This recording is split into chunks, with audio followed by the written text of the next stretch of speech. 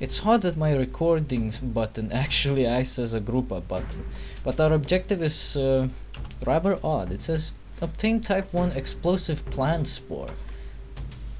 Yeah, we have ourselves a situation now. There are some structures in this map, particularly one that needs to be blown up. It happens to be very dangerous.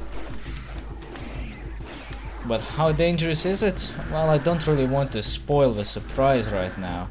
But if you played this game before, you probably know what it is. So don't worry.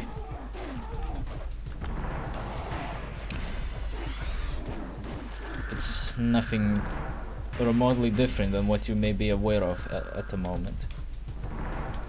Right, I think we need to go there, but let's do that later. There seems to be some corpses that we should devour first.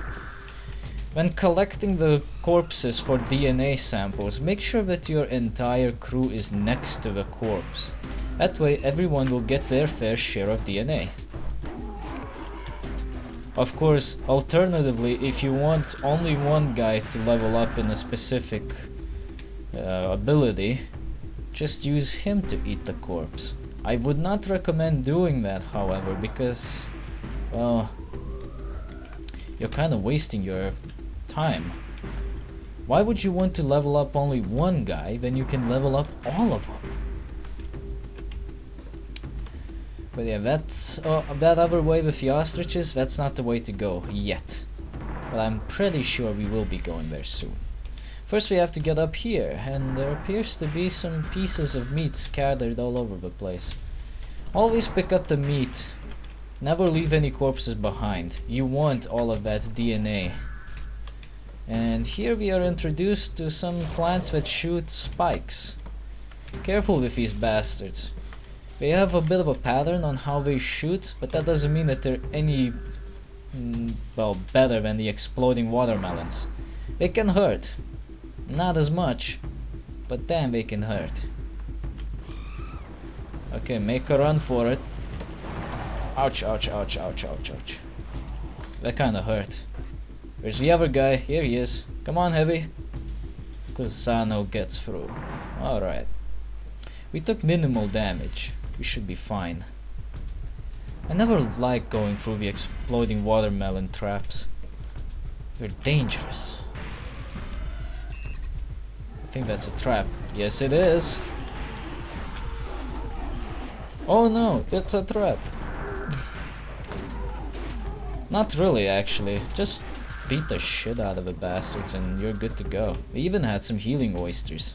So, really, was it really a trap, or was it more like, hey, eat up?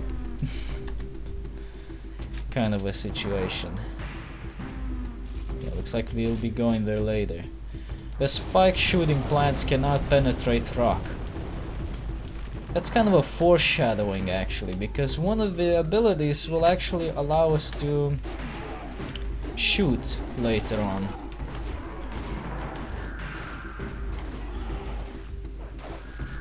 I don't think it really matters if I say anything too spoilery right now or later, because either way you're going to end up knowing what the hell I was talking about. And here is that explosive plant spore. It looks like an egg, actually. Pick it up. Your Geno Hunter only has space for one item at a time. Keep that in mind when picking up items. So right now, number 1, Shinobi, he can't pick up anything more. He already has an item. You're already holding something. If you want to pick up another item, either use somebody else or drop your current item. But with the idea of what kind of items you're holding here, I would not recommend doing that. Most of the time it can be quite dangerous. To pick up an item, however, you're gonna need to use a rather unconventional button. Normally for picking up items or just using items in general, you use E because it's close. It's a pretty useful button to use. It's convenient. In this game, however, we're taking one step further. Quite literally, actually. Because we are using R to pick up items and drop them. Kinda dumb if you ask me, but it's alright. I don't really care. This is where we can discover our new ability actually. But first, I want some of them chicken legs. Stop running! God damn it. That chicken can run. Oh, and someone's chasing us too. Fucking great.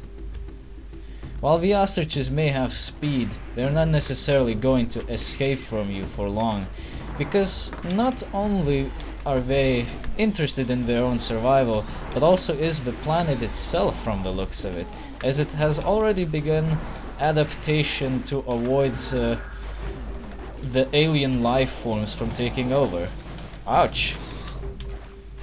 Here's a new guardian type. All of the enemies are considered guardians of the master organism that, well, drop down here, which is the planetary parasite. Gotta be aware of that. Damn it, I want that stupid chicken. Stop running away from me, you bastard. There you go. Don't stand next to a fire, it is indeed hot. But yeah, the new type of the parasite guardian is the flame spider. He spits fire. A bit more annoying than the usual type, because they also have this annoying ability of their corpses exploding after death.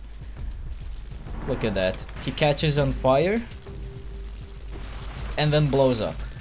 Probably because of all the buildup of noxious flammable gas. You really don't want to be standing next to them when they do that. Oh, thank you for showing up. I'm gonna need some of these bad boys.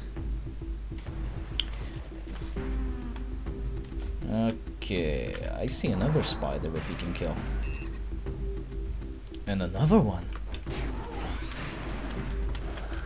I want all of them. Gimme, gimme. Give me your booty. Here we go. Alright, let's see if we can do some meaningful mutations. Hell yeah, we can, boy. Look at that. Because I was smart with my DNA collection, I was able to muster up a decent collection. Now I can choose to either go full offensive or full utility. Full offensive it is. You would never want to go the other way around. He kind of looks fatter now, actually.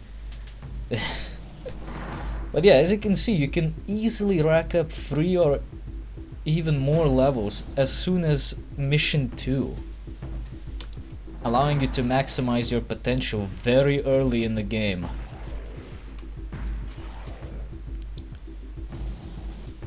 This guy can have max jump. Well, that's not really max jump, it's pretty close to max jump. Yeah, this really bulked up the bastards, actually. I'm not sure if that was intentional. But now we have claw level 4, which made the claws visibly larger and also made them physically more powerful. They're only 1 level away from being the most powerful melee weapon that we have at the moment. And also we have unlocked the flame ability. We can set shit on fire. Just use the mouse wheel to switch, or just use the number keys. Not the number pad keys. Oh, never mind, they actually do work. You can use either the number pad keys or the normal number keys. But yeah, look at that, the spider exploded so early.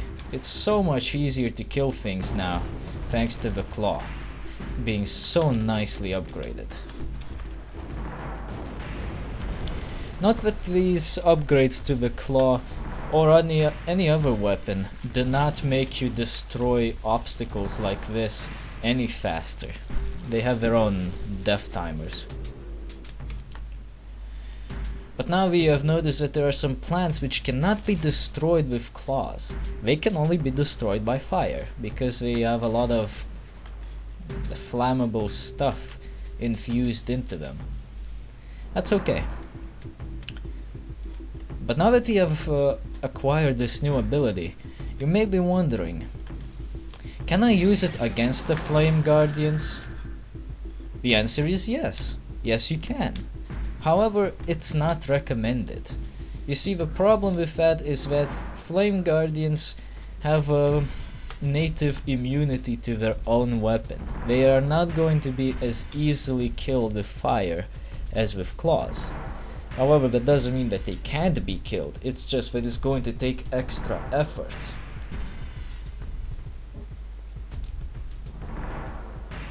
As far as I'm aware, the regular Spider Guardians, they don't have an immunity to claws, but they may be the only ones that don't have an actual immunity to something.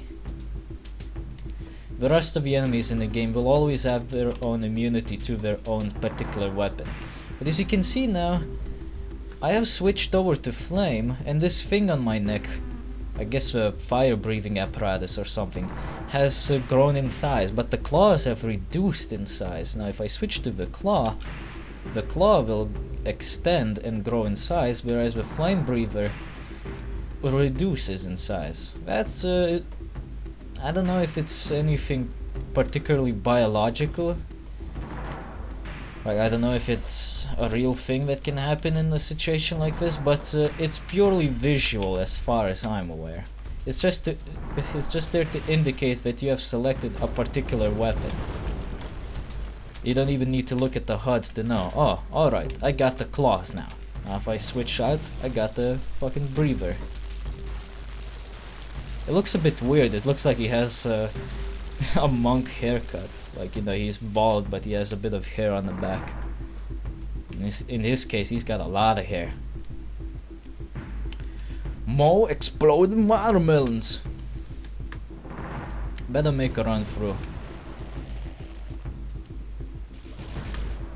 And some spike traps, spike shooter traps.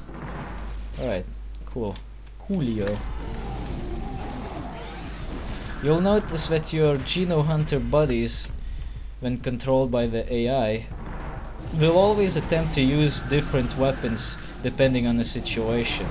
For instance, you saw them use the flame ability to set the damn Spider Guardians on fire, but if we were to get close up and personal, they would switch out to the claws to match up the situation. They always match the weapon for the particular situation they are in, which is good. Oh, by the way, we kinda missed something. Shit. I just realized that we forgot to pick something up. Let's go back. Because we're kinda close to the end of this level. Don't wanna finish out without actually having the tools needed to finish out.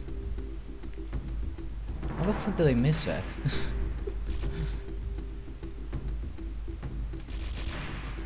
Well, actually, I don't have to send the entire team through. What am I doing? Okay, come over here. Press H to ungroup everyone. Now there's two buttons that you can use for grouping, T and G.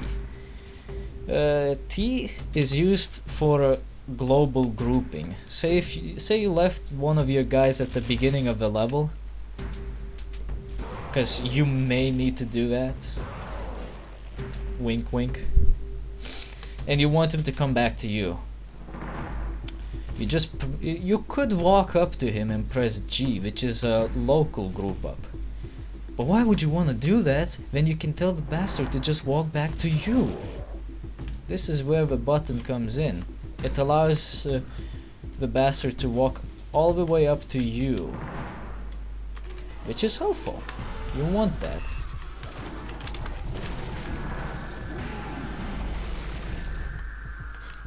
This doesn't appear to be the place I need to be in.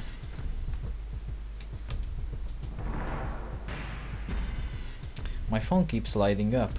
I think it's because it glitched out at one point. It didn't want to unlock. Don't you hate phones nowadays? Stupid touchscreen crap. You try to unlock them, they get glitched out, and after a while they start flashing for no reason because they think they are trying to get unlocked. Anyway, that is the charge up attack for the flamer. It shoots a giant fireball which is excessively powerful but not very useful, because you can see that it uses a lot of weapon energy.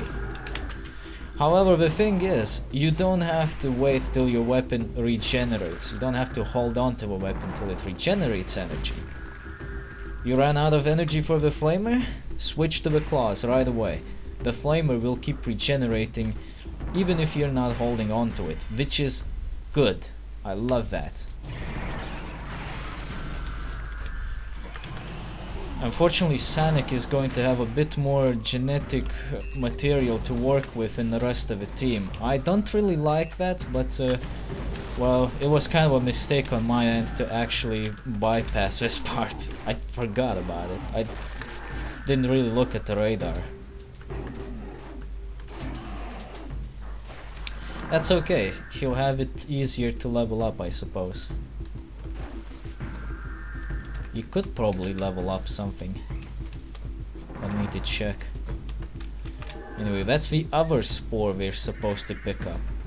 And now we need to combine the two spores to create a binary explosive. For some reason these two spores can explode. I'm not sure why is that.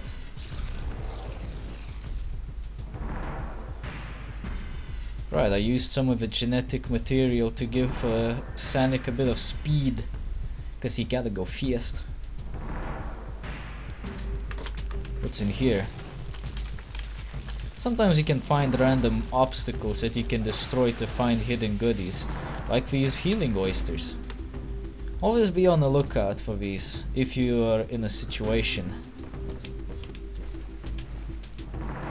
Okay, you motherfucker, where do you want me to go? Oh, of course, it wants me to go on the stepping stones.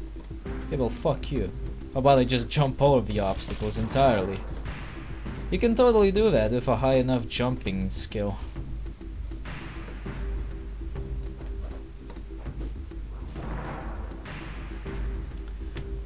Explosions! Damn exploding watermelons. Every man's hell. Exploding watermelons. Alright, we got the stuff, now we can go back. Damn, he looks so fat now.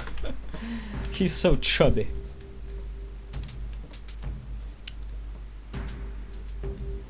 The two spores are very dangerous. They create an explosion similar to what you may see in Counter-Strike when the C4 actually blows up.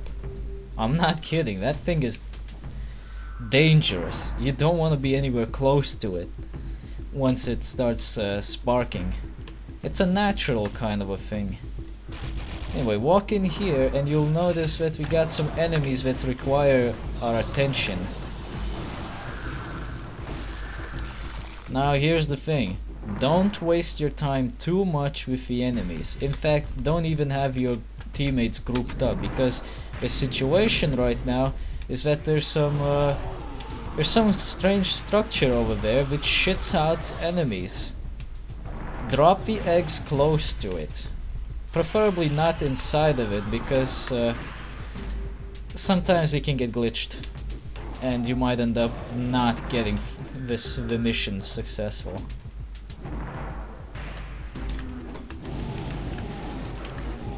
Okay, like I said, don't waste time with these guys, because there's about an infinite amount of these spiders coming to get you. They'll only stop spawning once the structure is blown up, so put your other egg down and make a run for it! Shit! Now that everything has been blown up, you can move on and kill these fuckers. They won't be spawning in any more aliens for you, so let it rip. You're well capable of defending yourself if you did my mutation build-up trick. Here we go. Delicious. We're getting some mad gene supremacy in this place. Oh yeah, don't stand next to that, it actually hurts. Right, before you leave, I suggest you check your mutations to see if you can get some upgrades. I personally suggest getting more of a jack of all trades and master of all kind of a deal here. You want to have everything maxed out to make your life a lot easier. It looks like if you're bulkier, you're slower. Oh, that's pretty cool, because now if I select this guy, his legs are so fucking tiny. What the fuck happened? He's a stick man with giant claws. What the fuck? Oh, and this guy, he's gonna get real fucking funky now. He can jump really good, but he's turning less bulky now, so our heavy guy is turning less heavy for some reason. Oh, and now Brainiac can spit fire as well. Yay! Gusano now actually possesses level 5 claws, which are the most powerful claws he can get. As expected, he is the most heaviest character of them all right now. And damn, this guy can run. Okay, let's end the mission. We managed to kill all of the indigenous life forms and nearly all of the aliens. We also learned how to flame. Ah, so that's how Flame Wars happened.